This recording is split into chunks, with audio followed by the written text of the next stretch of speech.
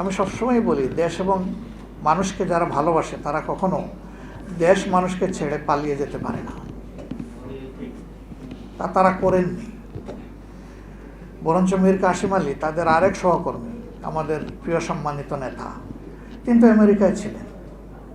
এই অবস্থা সৃষ্টি হওয়ার পরে তার কিছু পার্সোনাল ফ্রেন্ড তাকে রিকোয়েস্ট করেছিল, don't come back to Bangladesh. তিনি বলেছিলেন হোয়াই?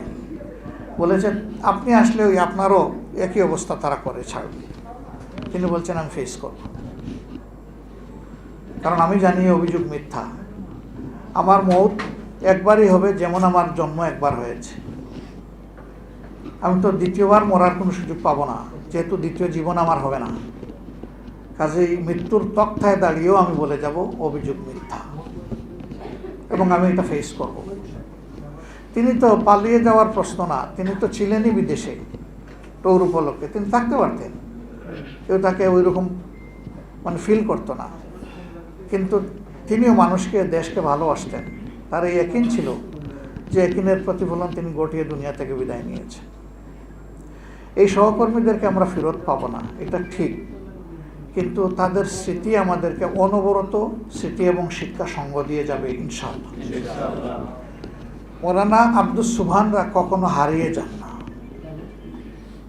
তারা বিবেকের আয়নায় জ্বলজ্বল করতে থাকেন, এবং এটি তাদের কর্মের কারণে।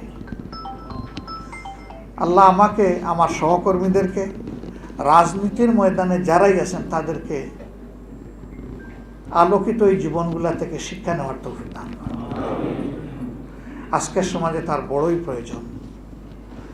তার মাঝে আমি কখনো হিংসা, প্রতিহিংসা, জেদ এগুলো আমি দেখিনি।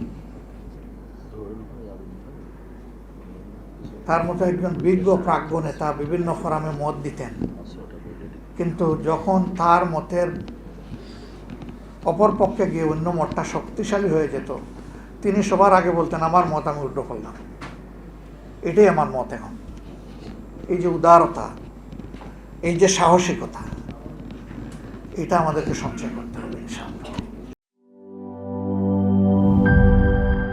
বান্ডেল থাকলে প্রতি সেনমানিতে টাকা বাঁচবে। বিকাশ সেনমানি বান্ডিল কিনে জিতুন প্রতি লেনদেনে।